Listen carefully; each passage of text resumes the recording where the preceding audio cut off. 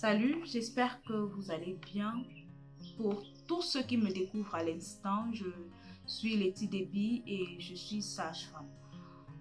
Je vous invite à vous abonner sur cette chaîne car ici on parle de tout ce qui a trait à la fécondation, à la femme enceinte, à nos bouts de chou, la planification familiale et bien d'autres choses encore.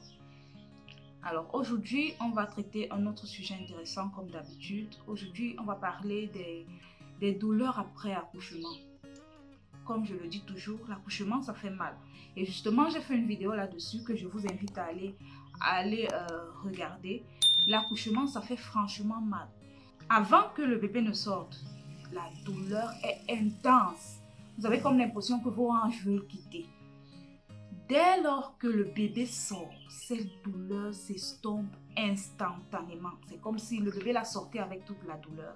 Ensuite, vous pouvez avoir une légère douleur suite au décollement du placenta. Et dès lors que le placenta est expulsé, la douleur est finie, est passée. Mais comment se fait-il que, après cette étape, la douleur revient encore? En fait, je vais vous expliquer le processus.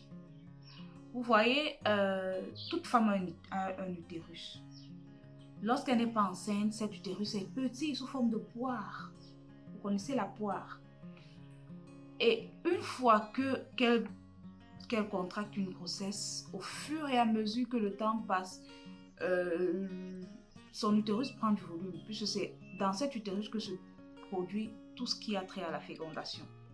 Son utérus prend du volume, ça prend de l'ampleur, ça quitte le petit bassin pour le grand bassin, donc pour le ventre, pour faire simple.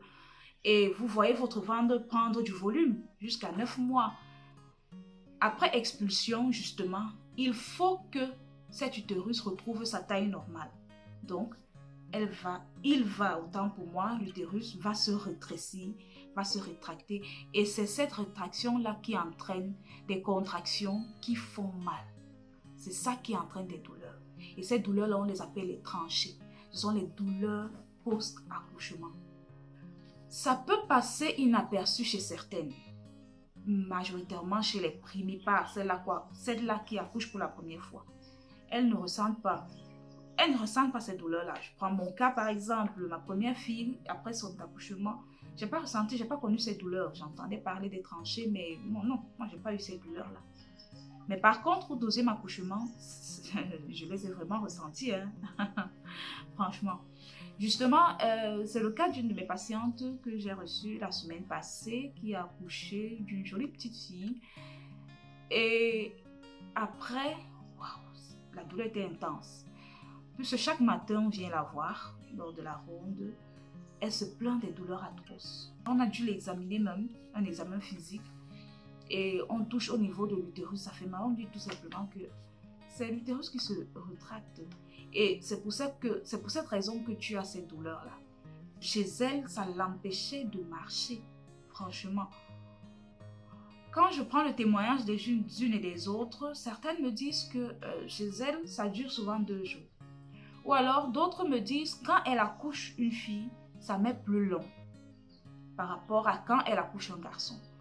D'autres me disent qu'elle a ces douleurs jusqu'à ce que le nombril de l'enfant tombe. Ce moyen ombilical-là, ce petit bout qui reste souvent lorsqu'on coupe le cordon ombilical.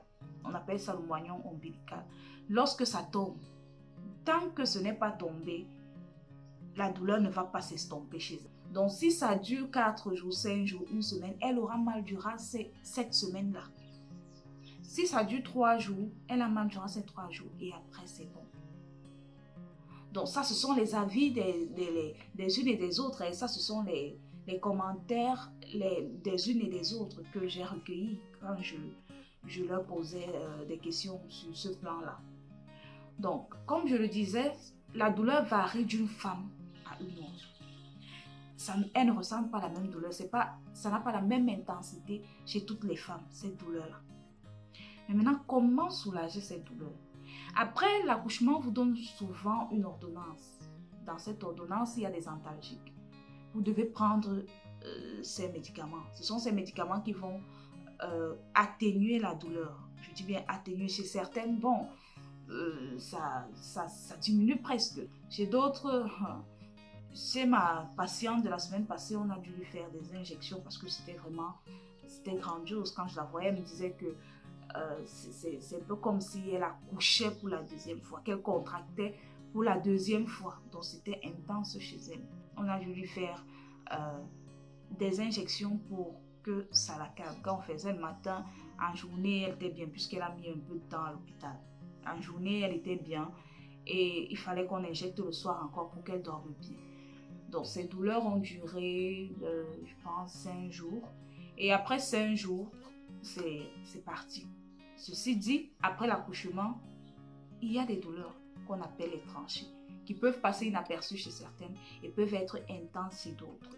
Donc, lorsque vous êtes face à cela, vous devez tout simplement signaler à votre personnel soignant et c'est lui qui saura quoi faire, comment gérer ces douleurs.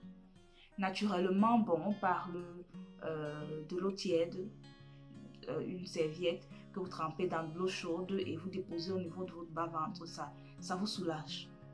Alors, je vous attends dans les commentaires pour que chacune me parle de son expérience. Et aussi, n'hésitez surtout pas, si vous avez une préoccupation, on sera toujours là. Bien que ce n'est pas évident, mais on sera toujours là pour vous répondre. Une fois de plus, je vous dis merci pour cette écoute attentive et on se dit à très bientôt.